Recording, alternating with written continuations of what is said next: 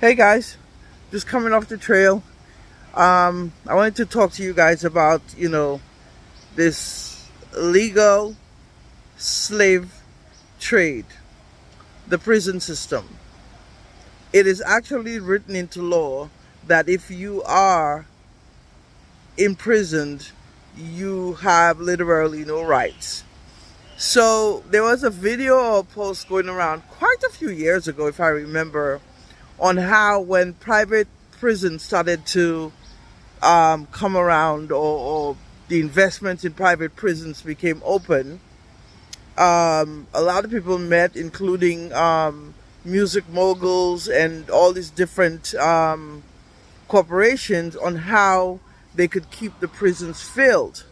And part of that was, you know, um, trap music, gangster music, all of this stuff that could encourage people to do harm or keep people in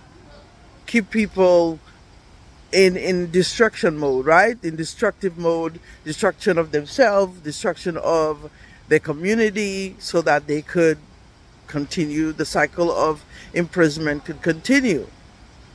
We all know that, this whole ideology that if you are a if you are an offender, you come out.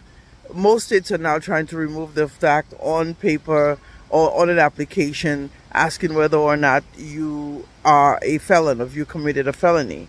But jobs still do background checks, and even though they're not allowed to hold that against you, there's also stipulations. I think 2 years or whatever. There's some time frame or the other that you've had to have not been in prison, or a time frame when the infraction happened. And so the cycle continues, because this person who's trying to enter back into society ends up with no choice half the times. Trying to survive, they go back to what they know and they end up in prison again. Now, all these corporations, McDonald's, Microsoft, and a slew of other corporations, actually use prison laborers or prisoners for cheap labor. And if the prisoners do not agree to this cheap labor, they get stuff taken away from them. Could you imagine? This is in law. This is legal. We allow this. I mean, I talked to you guys not too long ago about. I'm sure I did a video on the Social Security system. If you have a spouse that passes on, you're not entitled to the money. There are stipulations. If you're making a certain amount of money, then more than what your spouse have, or more than what they believe, or what they believe is enough, you're not allowed that money. Your children under 18 are allowed that money, but the minute they turn 18, that's it. It's shut off. Now, they're also not allowed to save any of that money. Every month, you get a form that you have to fill out showing how every penny was spent. Why is that? Why is that they have to spend all the money? Why is that they're not allowed to save the money? And for them, to have some type of investment for when they grow up. Now, we know this only affects the poor and the middle class, right? A very wealthy person more than likely has a trust waiting for them. They give two hoots about Social Security check.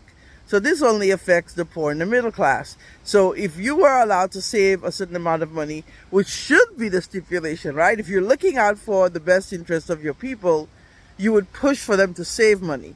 So if a percentage of that was saved, let's say your child is 2 years old, and whatever that amount of money is, let's say it's $2,000 they get a month, they have to save $1,000. Put that away until they turn 18. Now they have all this money. They could invest in property. They could invest in a business. Why would you not want that? The whole point is for your society to be independently financially free, right? Right? Right? Check yourself. So these are the things that we have to look into. These are the things that we have to question. Instead of being divided, because a divided society is an easily controlled society. And this is what we're allowing. We're allowing ourselves to be easily manipulated, and controlled. And we don't question any of these laws put into place that affect us. Be love. Spread love. Laters. Bye.